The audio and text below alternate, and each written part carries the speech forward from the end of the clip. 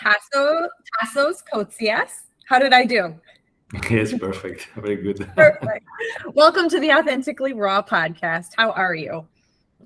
I'm fine. Thank you, Jamie. Thank you. I'm excited to be here, and hopefully, the two of us we can get this going, and we can provide some great value to your attendees and to your listeners. Absolutely. And like I told you before we hit record, I am quite fired up because I watched your little 3-minute video clip on your website.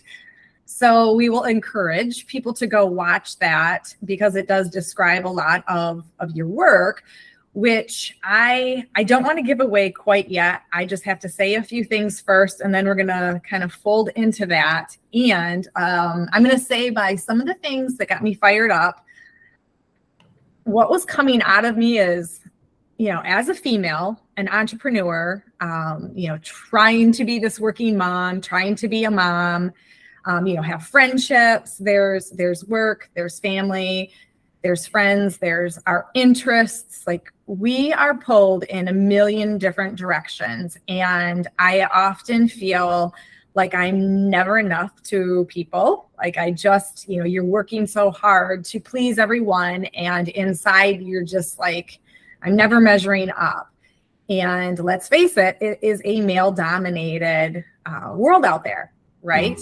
And a lot of times we have all of this drive in us, it's like, I felt like after I watched your video, I felt like saying, yeah, damn it, I'm intelligent. I have something to give. I want to do this. I want to accomplish that, but I want to be a nurturer. I want to be a caregiver. I want to be this for myself, but I want to be this out in the world. And I want to be this to this person. And it's tough. And I think a lot of women will relate with this is, what do I do with all of this stuff? Because it builds up and it's easy to number one, kind of, throw your hands up in the air and give up a lot of things that you don't want to give up. And yet that's one part. It's frustrating because, let's face it, in this male dominated world, we are hard workers as women. We don't get paid as much. Oftentimes we're not respected as much. We're not taken as serious. And I feel the need, and I'm speaking for all women, but I feel the need a lot to where you feel like you have to prove yourself a lot more. And I think we are filled with a lot more guilt than men are. And I think it's crazy sometimes how, for instance, this particular interview on this day, when it happened to be, I had a full day of appointments, some interviews, and I have a sick child at home. And guess who rearranges their schedule? Me. Yeah, and I'm not I'm not pointing fingers at my husband or anything. He did have to be 2 hours away at a meeting, and he's been texting, how is she? I can try to get home. Did she go to school? I can try to get her off the bus. So I want to point that out. He is amazing. However, this responsibility often does predominantly fall on mom or females. And maybe it's even, moms that necessarily don't even work or don't even have kids. When there are family crises or things like that, it is often us that goes to that rescue. But if we don't, so that's part of it. So there's a lot of responsibility, but then the part two on that is often, let's say, mom is a surgeon and she's in the operating room that day, and dad is the one that steps in and takes over, say on this scenario. Mom is left with a lot of guilt. And I feel that part of it is really tough for females, whether you're a mom or not, whether you work outside of the home or not. There are a lot of things that I think women deal with. Men deal with a lot of stuff too, but when it comes to balancing life in general, there's so many responsibilities that fall on us that pull us in so many different directions. And the feelings, because we're feelers, the feelings that stir up, it's hard to know what to do with these feelings. And this is what kind of leads me now to your intro, because you were kind of, I'm going to say more like a magnet, and I'll let you tell your story, but this is the feeling that I got, is that you were that magnet of these women are coming to you and they're pouring their hearts out, and often in tears or frustrated because they're dealing with all these struggles. And it is tough. What do I do? Because whatever choice you make, you're letting people down, or you feel like you're not enough at home. If you say yes to more stuff at work, you say yes to more stuff at home, and maybe you're not as respected at work, or you're going to be paid less. It's almost like the word punishment kind of kept coming up. There's two parts. Like, I feel women punish themselves a little bit for all of this, and we feel like we get punished from the outside world. And you felt that, these women were coming to you, which led you to what you do. So this is the big buildup. Yeah. Now tell me your big introduction of what you do. Well, you've thrown a lot on my plate. A lot there. I feel very responsible now for you and for all the ladies and women. Well, I will say, before we hit record, I said I might turn this into a personal coaching session. So hey, yeah, why not? Why not? If you feel like I can coach you, I can throw some great questions there. So yeah. So coming back to who I am a little bit, since you asked me that, just to clear that out, right? So yes, I'm a father. Yes, I have 2 children. We live with a family here in Qatar, in the Middle East for like 10 years now. We originally Greeks, so we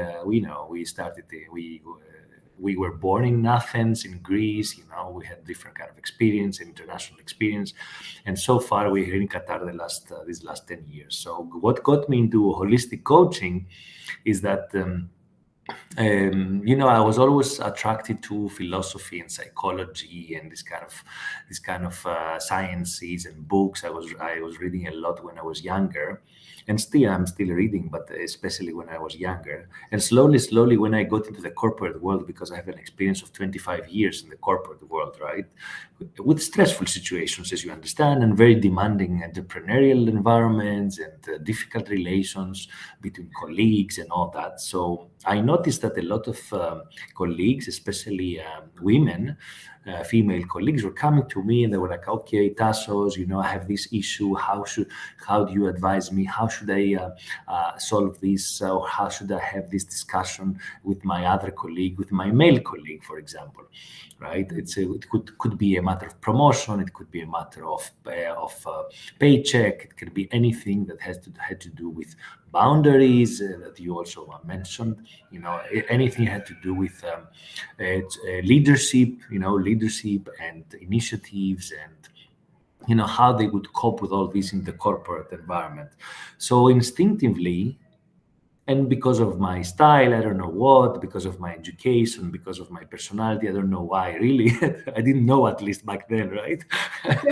I could listen to them, I could invest my time and my energy to try to listen to them, to try to support them and help them out and give them some value, give them some guidance, or just even listen to them, right? Because sometimes we don't even need to give guidance. It's just to be a supportive shoulder, as we say there. So slowly, I started getting into the Asian philosophy with Kung Fu, martial art, with Qigong, the internal energy of Kung Fu and all this. And this started opening up for me also the spiritual part. Mm-hmm. So a few years ago, I had the possibility, to start my coaching program in the US. So this is how I got certified as a holistic coach with ICF, with the International Coaching Federation. And then when I saw that the holistic coaching was really an opportunity for me, I said immediately, that's for me. This is who I am, because this is important for me here. This is who I am. Right, and this is who I want to be, really, and not just a manager or a director or a CEO or having the label of a corporate manager or corporate person, and That's gone for me. That's back. That's in my past. So now, then having this experience, I said, okay, you know how it works with coaching. You need to say, okay, who's my ideal client? Who's my client? Who should be able to listen to me, or who should I be able to coach and be passionate about as well, and create value and serve at the same time. Serve and create value and create an impact. Because coaching without creating value and without serving and without creating impact, it's not real coaching. It's not real. It's not really how we can support authentically and truthfully the people. So this fulfills all the ticks, let's say, of in my heart and in my mind and in my spirituality. And this is what I'm doing right now. This is who I am. So thank you for opening up this intro, and I hope I can support today in your difficult and challenging questions and concerns about how women can be empowered and how women can be accepted more. Because I'm not sure if you want to talk now or later. I've developed also a coaching methodology around that in order to really, because I noticed, and I will pass the stage to you. I noticed that most of the women, it's about acceptance, what they're facing, but also men, and also men. It's not only about women, it's also about men. What they need is acceptance. Mm-hmm. What they need is recognition and support, appreciation. And through these, once they have these, then they can start, and we, all of us, we can start building resilience. And once we build the resilience, then we can really transform. Then we can really identify who we are. Then we can really identify what we want to do, what we want to achieve, what legacy we want to leave back, and how we can provide, how we can support the society, the community, the world, the earth, whatever, the impact we may have. Mm-hmm. Exactly. And I feel that so many women, the word inadequate kind of kept popping up for me, because it's tough sometimes to speak up and really have a voice. And I'm sure you probably found that out a lot with women. And, it's like you said about the recognition and the acceptance and the appreciation. And when you're being pulled in so many different directions and you feel like you're never really 100%, you're just not able necessarily to show up as that authentic you and really give what you're capable of giving, because I feel like we feel like we're bouncing all over all the time. And you do feel like that, yeah, I work so hard at so many different things, and maybe you're not being recognized enough at work or at home or maybe in your community. How do you go about that? Because it does go back to asking the question. I like that you brought up leaving the legacy and really maybe getting in tune with yourself. Well, what legacy am I trying to leave? I did an interview a while ago about that. It's, really getting in tune with your living legacy. If you were going to leave a legacy, it's more of what is the legacy you want to leave of who you are, what you represented, what you stood for. And I don't think anyone really wants to leave the legacy that they just ran around feeling inadequate, frazzled, not really present any place, and not fully, for some reason, the word, successful comes up, because there is that level of, am I showing up successfully in all of these different places? And we measure it in so many different ways. We measure it a different way in our home, and at work, we measure it a different way. Maybe it's your position or how well you're respected or the pay scale, a title. I mean, even in your community, it's how do, if someone comes to you like that, where do you begin? How do you start to kind of unravel and build that? Yes. Yeah. Well, for me, I start with unpacking. I start with unpacking and breaking down all this, because what you just described is a lot of things that I try, let's say, to be successful in a lot of things. You mentioned about success. You mentioned about inadequacy, or being enough, or being accepted. You mentioned about how I can do all these things at the same time. So it's a lot of different values there here. One value, for example, would be, how do I perceive my time? What do I do about my time and my energy? Where do I invest my time and my energy? Right? Because I'm doing a Qigong, as I told you, energy for me, for example, is very, very significant. Where do I dedicate myself? How I invest my energy, and to what I invest my energy, for how long I invest my energy. So it's about time management. It's about limitations, understanding that we all have limitations. Also it's about perfectionism, right? If we want to be perfect in everything, successful in everything, that's a dream. It's not going to happen. It will never happen. It's impossible. Everyone, even the most successful people, in brackets successful, right, that we consider them to be successful, for sure they've let go on a lot of things, a lot of subjects or responsibilities that they are not important to them. So then the next question to you would be, what is really important to you to focus your time and your energy? And I have an exercise here for you, and I think it's a very interesting time here now to share this exercise, if you're okay with that, and if you will give me 1 minute. It's only 1 minute exercise. Right? Absolutely. Are you going to ask me some questions? No. I'm not asking questions. I will just explain to you the exercise very quickly for you and for all the listeners, because I think this is how I start usually my coaching agreement with someone. When I do like an intro consultation call, this is how I start. So I ask them, take a piece of paper. It's a very simple exercise, but extremely difficult at the same time, right?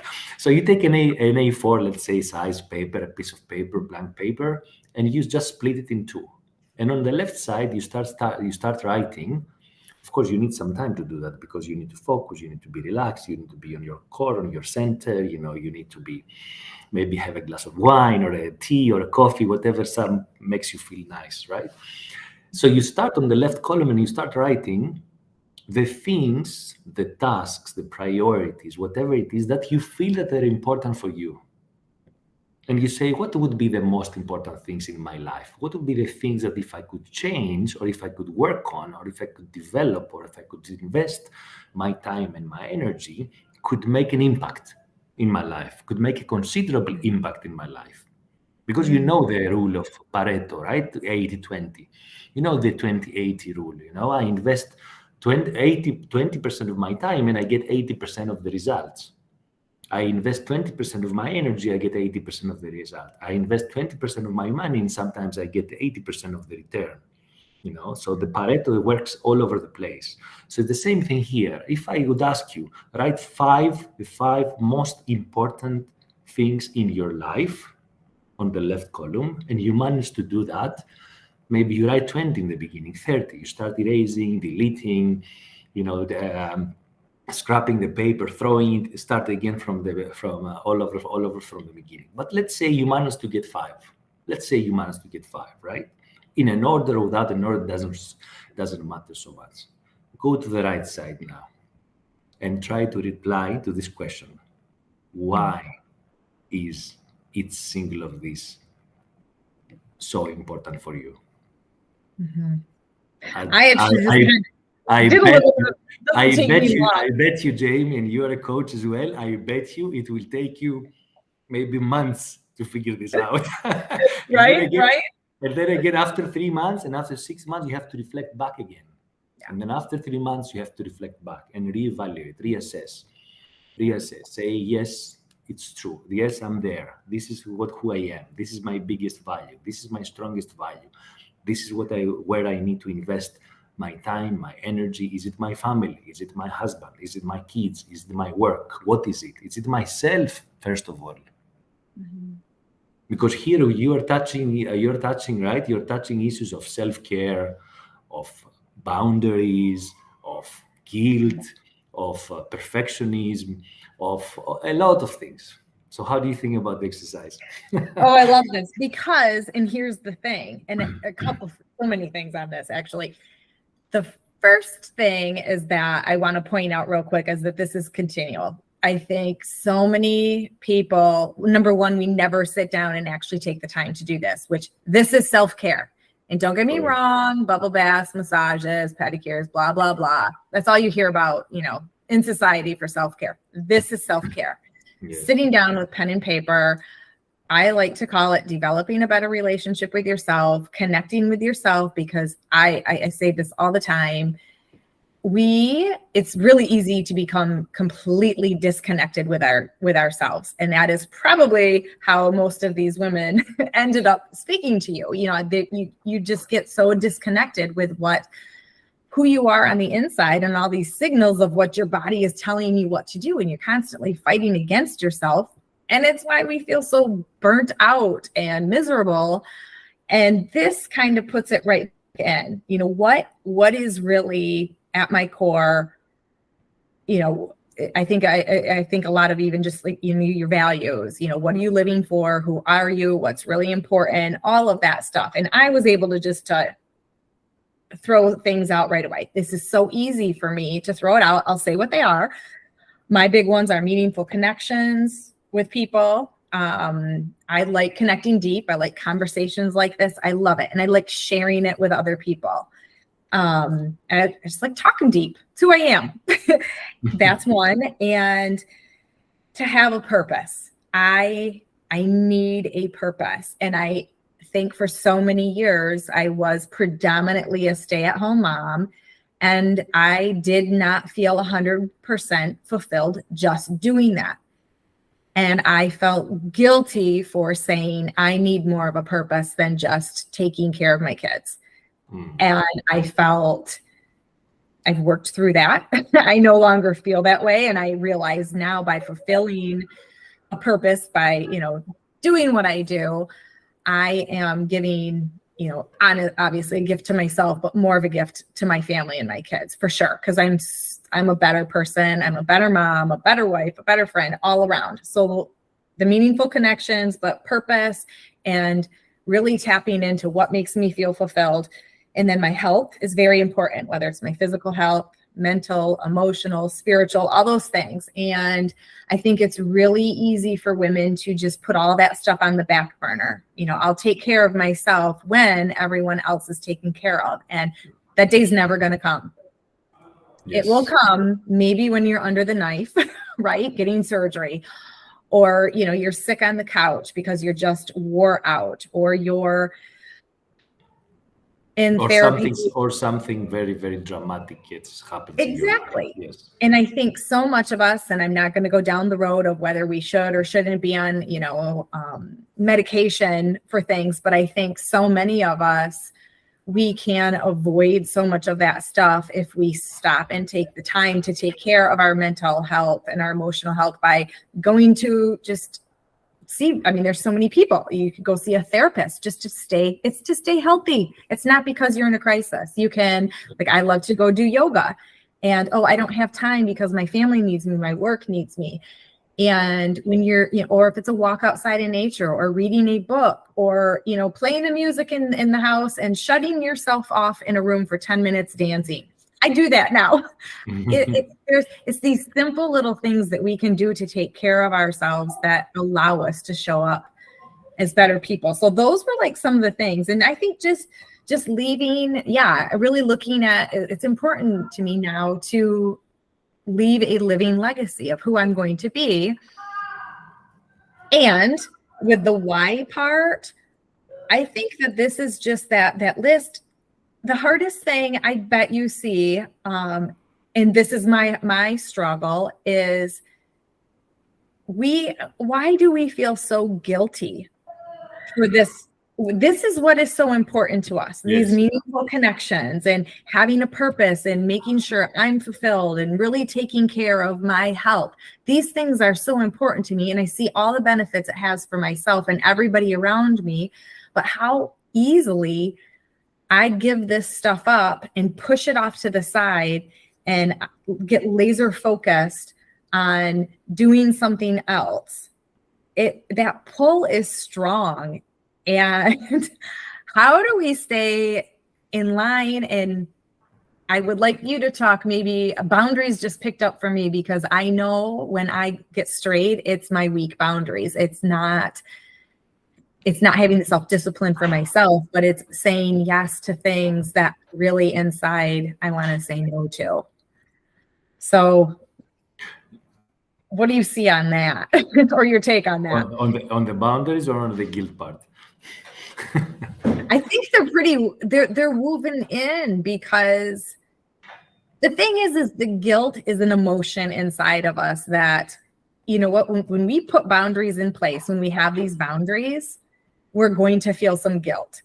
And so often, at least for me, it was the guilt that I couldn't deal with that made me have these weak boundaries. Mm-hmm. And yes. so finally being like, okay, you know, it's the guilt I actually have to deal with and work through. And then I can actually have better boundaries. I mean, they're kind of interwoven, but I think guys are better at dealing with their guilt than women, number one, and having stronger boundaries. It's tough for women.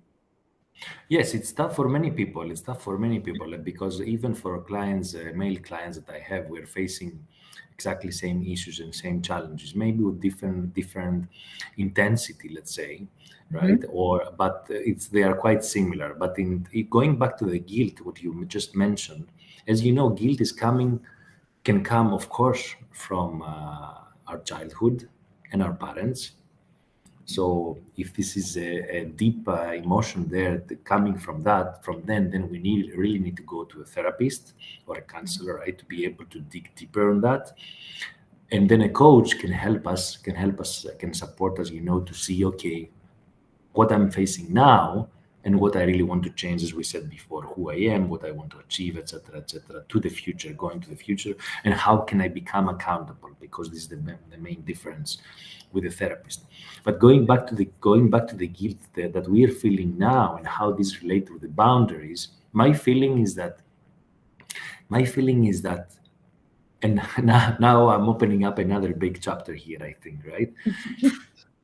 And I would like to question you actually on that.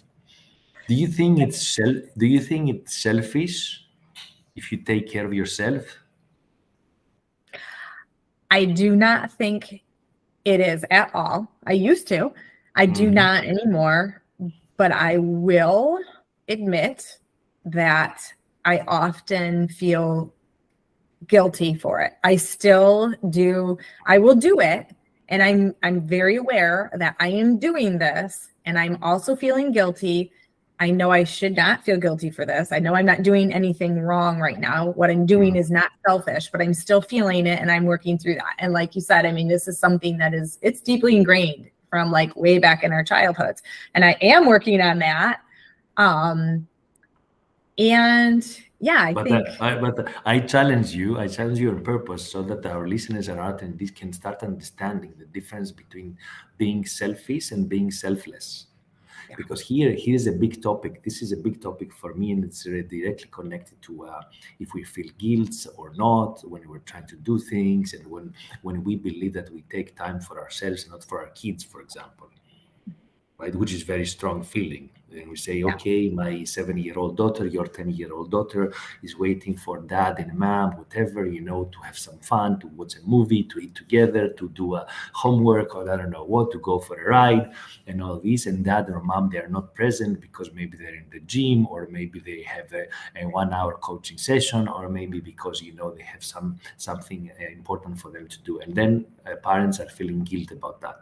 Okay, but that's why I ask you, is it selfish to take care of ourselves?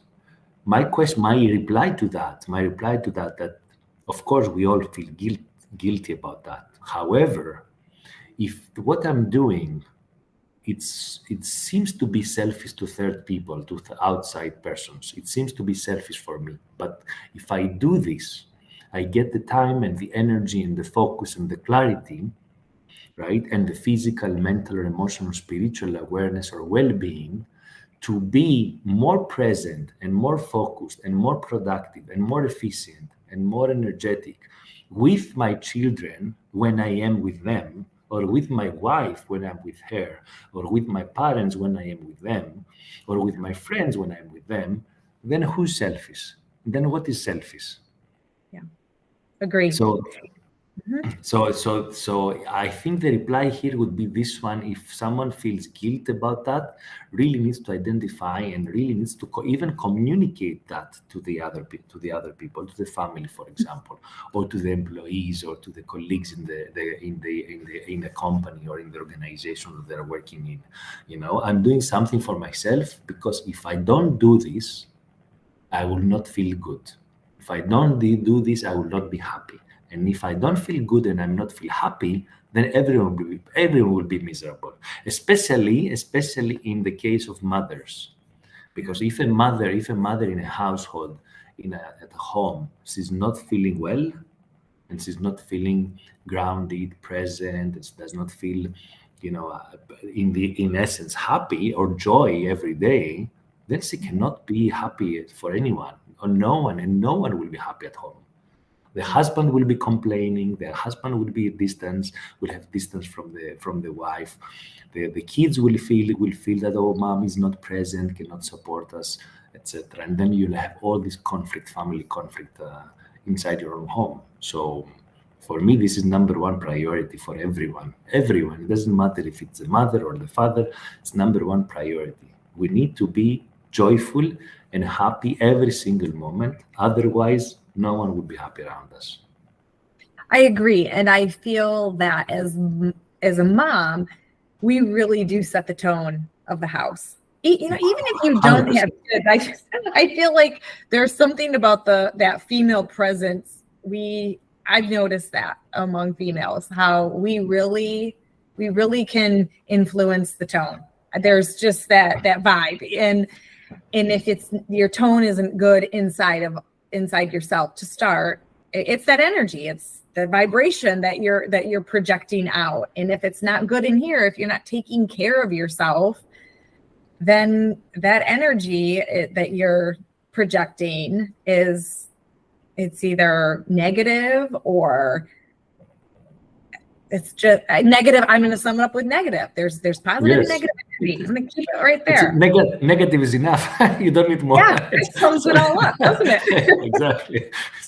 Yeah, and not only that, we have to consider also the side effects and the future effects, right? Because if I live a life that every single moment, every single day, I wake up in the morning and I'm not happy, I'm not joyful, I'm not enjoying my day, and in the evening when I go to bed, I sleep and I cannot sleep because I have guilt, or I cannot sleep because I'm stressed, or I cannot sleep because I have a lot of thoughts, worrying thoughts, or fears, or phobias, whatever, which are created because I'm not feeling centered, and because I'm not feeling balanced, and because I'm not feeling happy, then imagine in 5 years from now, in 10 years from now, in 20 years from now, what will be happening to my health.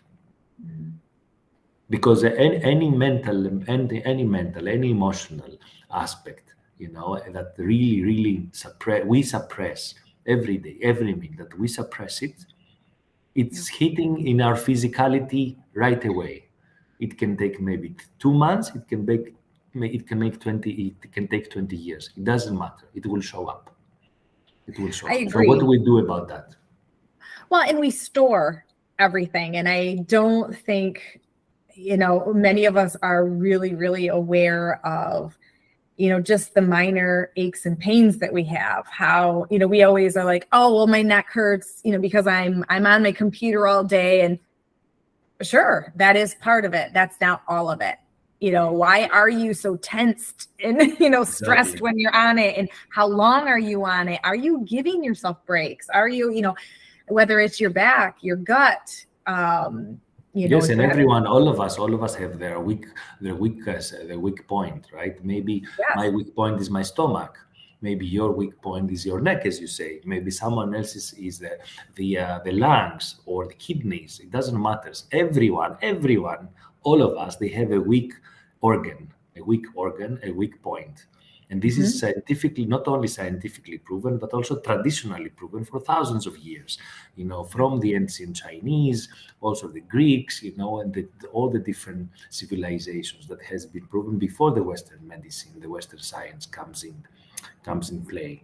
Right? So we have to be aware of all this. It's not that, 200 years passed, 500 years passed in the civilization, and all of a sudden we became super healthy and of course, we live longer. We live longer because of diet, because of science, because of nutrition. Yes, but at the same time, when we are suppressing feelings and emotions and thoughts, then this is dangerous. And it doesn't necessarily mean that since we're living longer, that our quality of life is any better, because in a lot of cases it's not. And I have researched all of, the different organs, what we store and this and that, what it means, your liver, your lungs, your stomach, all of this. It's fascinating for one. And I encourage people to research some of this stuff because it's an eye opener. Even, I've read a lot of things about heart attacks and stuff, how, it's like your heart and whether you can fully experience love, enjoy, and a heart attack is not necessarily just because you eat cholesterol a lot, or, you've got a bad diet, or you're sedentary. Absolutely. It plays a part in it. But it is, what's going on inside. It's energetic. And of course, it's energetic. Because this is proven in the Chinese traditional medicine is proven, whatever energetic blockages you have, which are created either by mental thoughts, difficult thoughts, or by emotions, they are blocking energetically the organs. And when you have these energetic blockages in these organs, in any organs, this is the worst that can happen, because for the Chinese, it's called qi, anyway, the energy flow and everything. But in the end, it's about energy. So this is very crucial for us to understand, for all of us to understand that even whenever something happens that triggers a strong emotion or a negative emotion or a really strong emotion, either positive sometimes, sometimes on extreme positive, that's not healthy because it's not balanced. Of course, it's one time, it doesn't matter, or 10 times, it doesn't matter. But if it's continuous negative emotions, continuous negative thoughts, or continuous hyper reaction of whatever kind, then this is not healthy, because it's not balanced. Because in the end, we're talking about balance in everything, right? Absolutely. And everybody is different on, what balance looks like for them, or what it feels like, what makes them feel grounded and centered. And, even just speaking of the organs, like I can pinpoint when I feel my emotions, I carry it all in my stomach, and that I've had all kinds of gut issues over the years. And I'm at a place now the last few years where I've grown leaps and bounds. And a lot of it has simply went away. And this is something I struggled with for a very long time, very intense. And it's empowering, but it's also a way to get in tune with your body and center yourself in the moment when all of this stuff comes up. What am I feeling right now? Where am I feeling it? And to start to work through that. And those are things that everybody in this world, no matter what, your role, your position, your gender, where you live, whatever, to just go inward a little bit and get back to your body. It's so healing. And it's powerful, though. Like, it's getting back to the source of your own power and your own energy, because this is the world we live in. We're pulled all over the place now. Yes. And we need to just take this time for ourselves. And I think when we do, our quality of life is so much better. So much better. So I do want to point out, I've been thinking, so my husband is Greek. Oh, really? Wow, amazing. You didn't tell me. So I'm going to have to make sure, he listens to this. That's great. And I love the fact I've been able to hear your kids in the background. And I have one home sick today, and she's been playing the music, and I can hear the little thump of Pitbull in the background. And I love the fact that, we can still do this. They're doing that. It's real life. And not for 1 second would I ever edit any of that background noise out, because it just goes to show. I mean, I don't know what comes up in you, but had that happened when I first started my podcast, I would have gotten off and been like, "You guys, come on." Yes. I be quiet. Now I just laugh. This is Yes, it. This is real yeah, life. I totally. I got to deal with it right now. Does it make me feel a little bit anxious? Yes. Why? Big deal. There might be, you might hear some thumping music. You might hear Pitbull thumping in the background. I guess she's feeling better, right?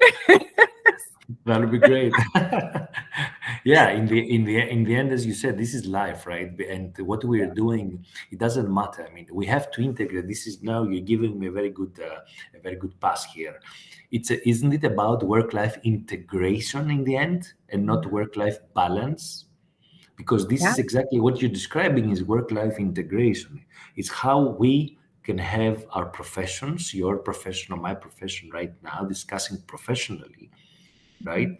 To provide value and provide service to our listeners and our attendees. And at the same time, we have our families next door in the next room, doing their stuff, maybe watching movies, maybe playing, doing their stuff. But isn't it this integration? And I know once I finish with you now, I will go have dinner with them, I will discuss, I will enjoy the time with them, then they will go to bed because it's a bit late here today anyway, right? But this is integration, and this is how we should also plan in our lives, I think, more and more, because I think, at least to me, it sounds healthier, much healthier.